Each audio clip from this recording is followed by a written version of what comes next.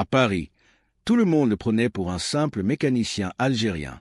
Pourtant, ce jour-là, le petit geste de bonté qu'il fit allait l'entraîner vers une richesse qu'il n'aurait jamais osé imaginer. Point le soleil de cette fin d'après-midi transformait le petit garage en four. Karim essuya ses mains pleines de cambouis sur son bleu de travail déjà bien usé.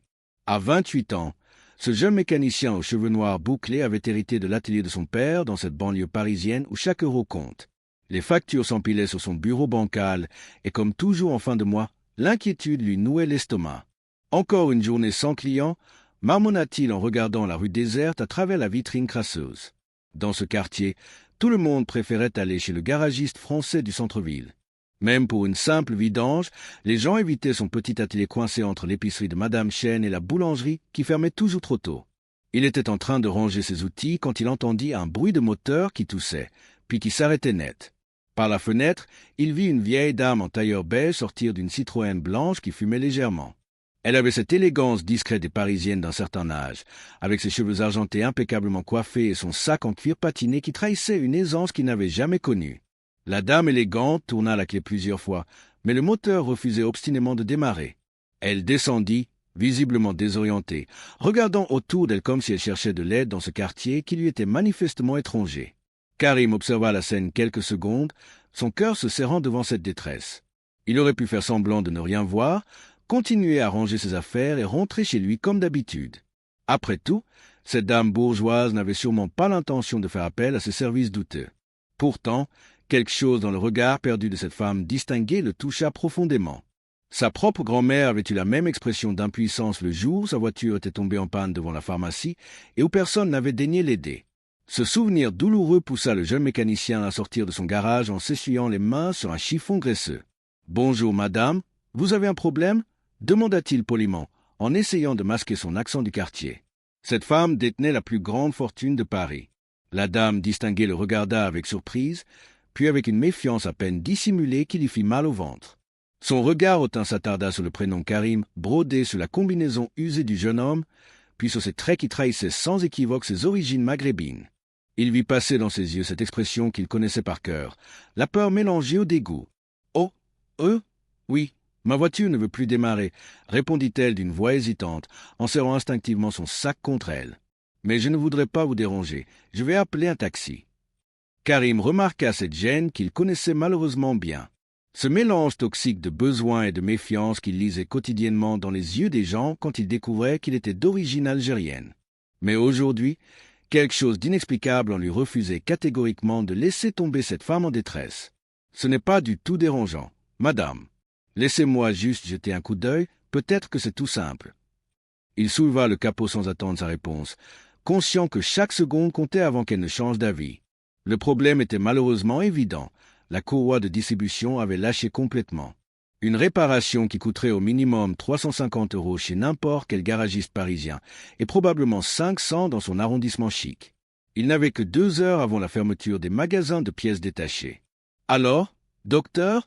demanda la dame bourgeoise d'une voix inquiète, tentant maladroitement de plaisanter pour masquer son anxiété grandissante. « La courroie de distribution, madame, c'est complètement cassé.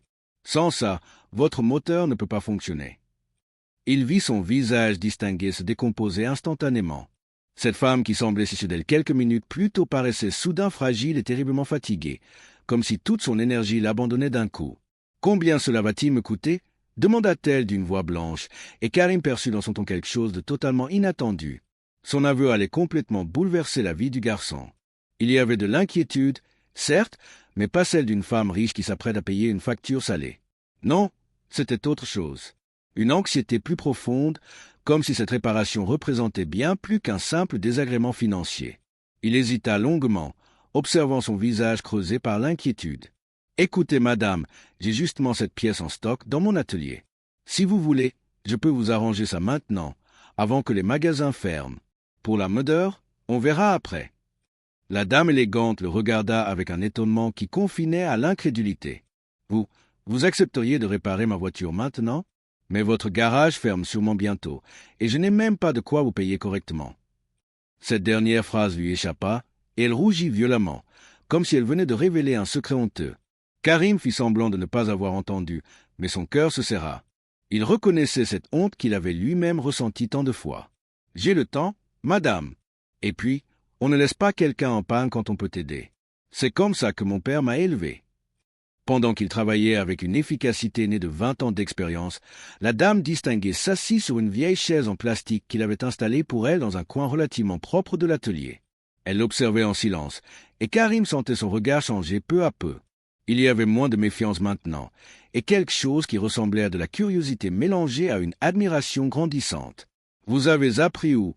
À travailler si bien ?» demanda-t-elle finalement, rompant le silence studieux qui s'était installé entre eux. « Avec mon père, madame. Il avait ce garage avant moi. Un homme du bled qui ne savait ni lire ni écrire, mais qui comprenait les moteurs comme personne au monde. Il disait que les voitures, ça parle à ceux qui savent écouter. » Cette révélation allait transformer son destin pour toujours. « Il est, » commença-t-elle avec une délicatesse inattendue, « décédé il y a 3 ans.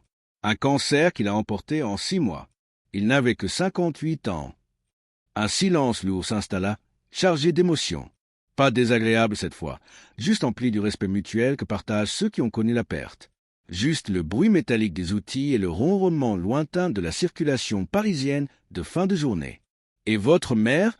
demanda-t-elle avec une douceur qui surprit le jeune mécanicien. « Partie quand j'avais 15 ans. Retournée au pays après la mort de papa. Elle disait qu'elle n'arrivait plus à respirer ici, que tout lui rappelait trop de souvenirs douloureux. » Karim ne savait pas pourquoi elle racontait tous ces détails intimes à cette parfaite inconnue. Peut-être parce qu'elle écoutait vraiment, sans ce jugement permanent qu'il lisait habituellement dans les yeux des gens de son quartier. Ou peut-être parce que son regard avait quelque chose de maternel qui lui rappelait cruellement sa grand-mère disparue. Au bout d'une heure de travail intensif, la voiture était parfaitement réparée. Le moteur ronronnait avec la régularité d'une horloge suisse. Karim nettoya soigneusement ses mains avant de se tourner vers sa cliente improvisée. « Voilà, madame, c'est terminé. Votre Citroën devrait tenir encore 10 ans sans problème. » La dame distinguée se leva lentement, visiblement soulagée mais aussi profondément embarrassée par la situation. Elle tripotait nerveusement son sac en cuir patiné, cherchant manifestement ses mots pour aborder le sujet délicat du paiement. « Combien vous dois-je, mon jeune homme ?» Karim regarda longuement cette femme qui avait passé une heure entière dans son garage poussiéreux sans se plaindre une seule fois.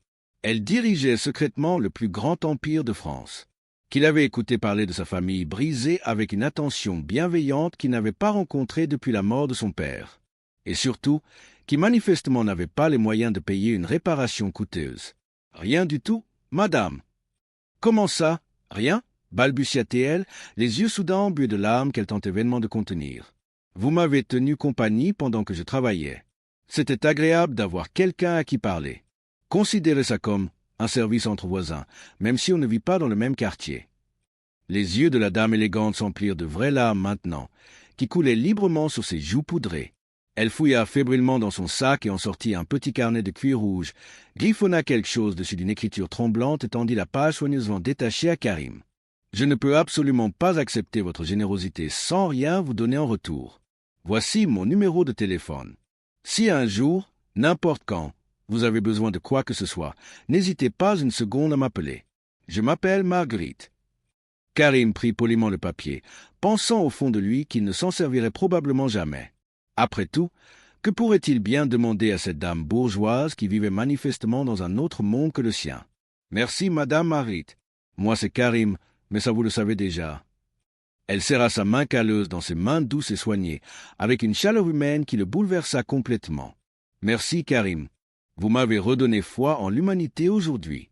Il existe encore des gens bons dans ce monde difficile. » L'appel qu'il passa changea tout à jamais complètement. La Citroën blanche disparut lentement dans la circulation dense de fin d'après-midi et Karim rentra chez lui dans son petit appartement du 14e étage avec un sentiment étrange de plénitude. Il posa distraitement le numéro de téléphone de Marguerite sur sa table de cuisine encombrée et l'oublia presque instantanément. Les jours qui suivirent reprirent leur rythme habituel. Karim se levait chaque matin à 6 heures, prenait un café noir en regardant par sa petite fenêtre les immeubles gris de la banlieue, puis descendait ouvrir son garage. Les clients restaient rares, mais il s'accrochait à l'espoir que les choses finiraient par s'améliorer. Sa petite sœur Aïcha l'appelait tous les soirs pour lui raconter sa journée à l'école d'infirmière. À 22 ans, elle était la fierté de la famille, la première à faire des études supérieures. Karim économisait chaque centime pour pouvoir lui payer ses frais de scolarité, se privant souvent de repas pour que sa sœur puisse réaliser ses rêves. Grand frère, tu travailles trop, lui répétait-elle souvent. Tu devrais sortir, rencontrer des gens, avoir une vie sociale. Mais Karim n'avait ni le temps ni l'argent pour une vie sociale. Entre le garage et les factures, ses journées étaient bien remplies. Et puis, dans son quartier, il était difficile de faire de nouvelles rencontres quand on portait un prénom comme le sien. Le soir, quand il fermait le garage, Karim aimait marcher dans les rues du quartier. Il saluait M. Benani, le vieil épicier qui tenait son commerce depuis 30 ans, discutait avec Fatou, la jeune mère célibataire qui élevait seule ses 3 enfants, échangeait quelques mots avec Omar, l'ancien ouvrier du bâtiment qui rêvait d'ouvrir un petit restaurant. Ces gens étaient devenus sa famille de substitution. Ils partageaient tous la même réalité, celle d'être Français d'origine étrangère, coincés entre 2 mondes, ne sachant jamais vraiment où ils avaient leur place. 2 semaines exactement après sa rencontre avec Marguerite, son propriétaire l'appela avec une nouvelle qui lui fit l'effet d'une gifle. Le loyer du garage venait de prendre une augmentation brutale de 400 € par mois. Sans explication cohérente, sans possibilité de négociation, sans préavis légal. Son identité véritable allait détruire toutes ses certitudes. À prendre ou à laisser, comme ça, du jour au lendemain. Karim regarda ses comptes avec une angoisse grandissante. Il ne pourrait jamais, au grand jamais, payer une somme pareille. Dans exactement 1 mois, il devrait fermer définitivement l'atelier de son père et chercher du travail comme ouvrier quelque part, en abandonnant 20 ans d'apprentissage et tous ses rêves. Il tourna en rond comme un lion en cage dans son petit appartement, se demandant avec désespoir comment annoncer cette catastrophe à sa petite sœur Aïcha, qui comptait entièrement sur lui pour financer ses études d'infirmière. Elle était si près du diplôme, plus que 6 mois. Comment lui dire qu'il ne pourrait plus l'aider? C'est en vidant ses poches qu'il retomba sur le petit papier froissé avec le numéro de Marguerite. Si un jour vous avez besoin de quoi que ce soit. Il hésita pendant des heures avant de composer le numéro. Que pourrait-elle faire pour lui? Et surtout, pourquoi l'aiderait-elle? Il était un parfait étranger, un simple mécanicien qui l'avait aidé une fois. Mais l'image du sourire d'Aïcha et la perspective de voir s'effondrer tous ses espoirs le poussèrent finalement à décrocher le téléphone. « Allô ?» La voix était la même, douce et cultivée, avec cette politesse naturelle des gens bien élevés. « Bonjour, madame, c'est Karim, le mécanicien. Vous m'aviez dit que, si j'avais besoin... » Karim, bien sûr que je me souviens. Comment allez-vous? Que puis-je faire pour vous? Il y avait une sincérité dans sa voix qui le rassura immédiatement. Il lui expliqua sa situation, en s'excusant de la déranger avec ses problèmes personnels. À l'autre bout du fil, Marguerite l'écoutait sans l'interrompre, posant de temps en temps une question précise sur les détails de son problème. « Donnez-moi l'adresse exacte de votre garage et le nom de votre propriétaire, » dit-elle finalement d'une voix ferme. « Je vous rappelle demain matin. » Ce qu'elle possédait dépassait tous ses rêves possibles. Le lendemain, le téléphone sonna à 10 heures précises. « Karim, j'ai une proposition à vous faire. Pourriez-vous passer me voir cet après-midi? J'habite avenue Foch, dans le 16e arrondissement. » L'avenue Foch. Karim connaissait cette adresse de réputation. C'était l'une des avenues les plus prestigieuses de Paris, où vivaient les familles les plus fortunées de France. Il siffla doucement, se demandant dans quoi il s'embarquait. Il enfila sa seule chemise propre et son unique costume, hérité de son père, puis prit le métro jusqu'au 16e arrondissement. Le changement d'ambiance était saisissant. Fini les HLM et les commerces de fortune. Ici, tout respirait l'opulence discrète. Les façades haussmanniennes impeccablement entretenues, les jardins privés soigneusement taillés, les voitures de luxe garées le long des trottoirs immaculés. L'immeuble de Marguerite était particulièrement imposant, avec un portier en uniforme qui le regarda d'un œil suspicieux avant de l'annoncer au téléphone. Karim se sentait comme un poisson hors de l'eau dans ce monde feutré où chaque détail trahissait une richesse qu'il ne pouvait même pas imaginer. L'appartement occupait tout le 6e étage. Lorsque Marguerite lui ouvrit la porte, Karim eut le souffle coupé. Des meubles d'époque qui devaient valoir une fortune, des tableaux qu'il soupçonnait d'être des originaux, des tapis persans somptueux, une vue panoramique sur le bois de Boulogne. Cet appartement valait probablement plus que tout ce qu'il posséderait dans sa vie entière. Marguerite l'accueillit avec le même sourire chaleureux que dans son garage crasseux, comme si le décor somptueux qui les entourait n'existait pas. Mais ici, dans ce cadre princier, Karim réalisait brutalement à quel point leur monde était différent. « Asseyez-vous, Karim, faites comme chez vous. Du thé? Du café ?» La vérité sur sa fortune allait choquer la France. Il accepta un thé, intimidé malgré lui par tant de raffinement. La porcelaine était si fine qu'il avait peur de la casser entre ses mains calleuses. « J'ai réfléchi à votre situation. commença Marguerite en s'installant face à lui. « Et j'ai une confession importante à vous faire. » Marguerite prit une profonde inspiration, comme si elle s'apprêtait à révéler quelque chose d'essentiel. « Quand ma voiture est tombée en panne devant votre garage, ce n'était pas entièrement un hasard. Enfin, la panne était bien réelle, mais j'étais venu dans votre quartier exprès pour une raison très précise. » Karim fronça les sourcils, ne comprenant pas où elle voulait en venir. Pourquoi une femme visiblement fortunée serait-elle venue exprès dans son quartier populaire? Vous voyez, je cherchais quelqu'un comme vous depuis des mois. Quelqu'un d'honnête, de compétent, qui connaisse bien la communauté maghrébine du quartier, et surtout quelqu'un qui ait conservé ses valeurs malgré les difficultés. Je ne comprends toujours pas. Madame? Marguerite se leva et alla chercher une photo encadrée sur son secrétaire en marqueterie. Elle la contempla un instant avec une tendresse infinie avant de la tendre à Karim. C'était le portrait d'un jeune homme d'une trentaine d'années, aux yeux vifs et au sourire généreux, dont les traits rappelaient vaguement ceux de Marguerite. « Voici mon fils, Thomas. Il est mort il y a exactement 2 ans dans un accident de voiture sur l'autoroute A6. » Karim regarda la photo, immédiatement touché par la douleur immense qu'il lisait dans les yeux de cette mère endeuillée. Il reconnaissait cette peine pour l'avoir lui-même éprouvée lors de la mort de son père. Son héritage familial cachait un secret absolument incroyable. « Je suis vraiment désolé. Madame, je ne savais pas. » Thomas n'était pas un avocat ordinaire, continua Marguerite, la voix légèrement tremblante d'émotion. Il avait choisi de défendre gratuitement les familles immigrées dans toutes leurs procédures administratives. Obtention de papiers, recours contre les expulsions, demande de regroupement familial. C'était devenu sa passion, sa raison de vivre. Elle s'interrompit un instant, comme si évoquer la mémoire de son fils lui demandait un effort considérable. Il passait ses nuits à préparer des dossiers, ses week-ends à rencontrer des familles en détresse. Il gagnait très bien sa vie avec ses autres clients, mais tout son cœur était dans cette aide bénévole qu'il apportait aux plus démunis. Karim écoutait, fasciné par ce portrait d'un homme qu'il aurait aimé connaître. Avant de mourir, Thomas avait un grand projet. Il voulait créer une association pour aider les jeunes des quartiers populaires à monter leur propre entreprise. Il avait économisé 500 000 € de sa poche pour financer ce rêve. Après sa mort, j'ai voulu absolument continuer son œuvre, poursuivit Marguerite, les yeux brillants de larmes contenues. Mais je me suis rapidement rendu compte que je ne savais pas comment m'y prendre. Je ne connais pas votre communauté, je ne comprends pas quels sont les vrais besoins, les vraies difficultés que vous rencontrez au quotidien. Elle se pencha vers lui, soudain plus intense. J'ai essayé de passer par les associations officielles, les organismes institutionnels. Mais j'avais l'impression que l'argent se perdait dans des frais administratifs et des salaires de dirigeants, sans jamais vraiment arriver jusqu'aux gens qui en avaient besoin. Karim comprenait parfaitement ce qu'elle voulait dire. Il avait lui-même tenté plusieurs fois d'obtenir des aides publiques pour développer son garage, mais s'était toujours heurté à une bureaucratie incompréhensible et décourageante. Et puis, il y a 15 jours, quand vous avez refusé catégoriquement de me faire payer cette réparation, quand vous avez pris le temps de m'écouter et de me parler de votre famille, j'ai eu une révélation.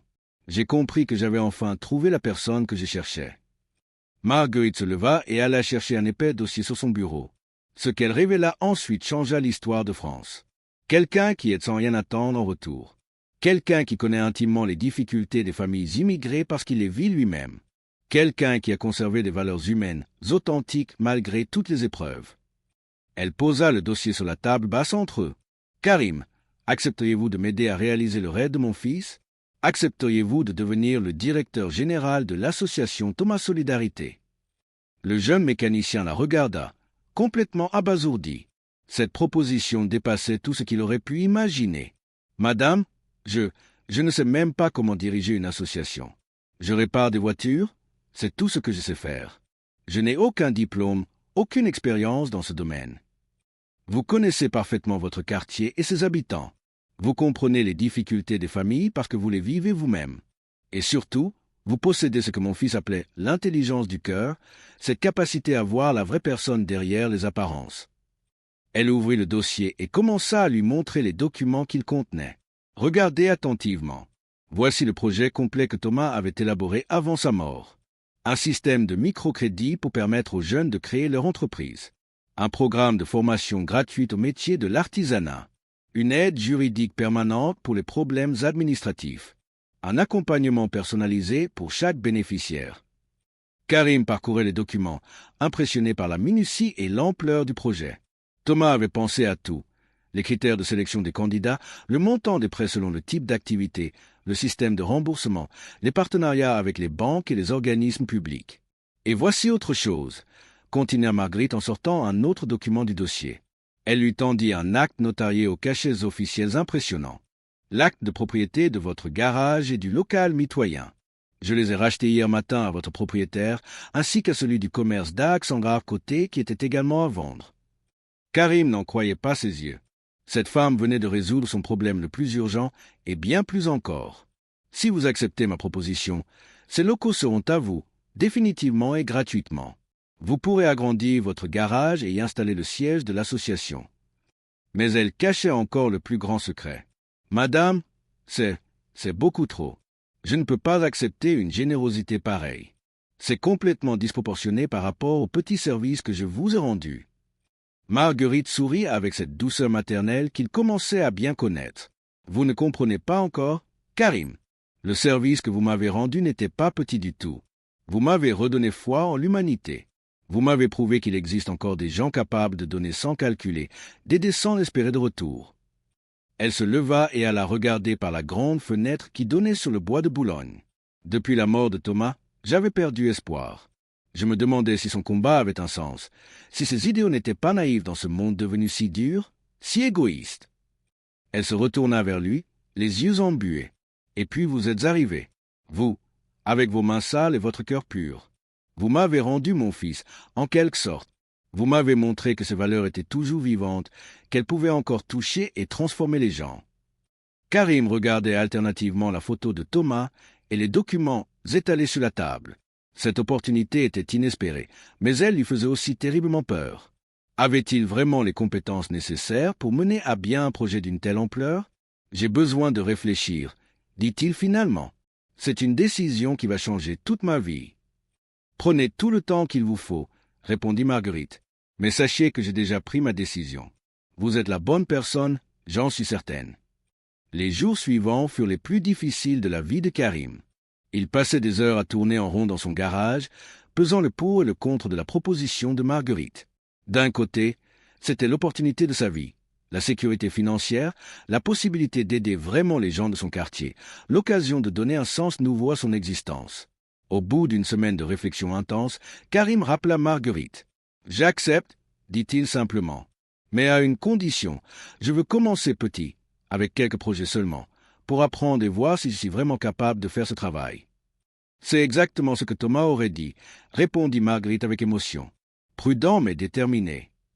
5 ans plus tard, l'association Thomas Solidarité était devenue un modèle reconnu internationalement. Karim dirigeait maintenant un réseau de 50 centres répartis dans 15 pays européens. Plus de 10 000 entreprises avaient vu le jour grâce à leur accompagnement. Mais Marguerite avait gardé le plus grand secret pour la fin.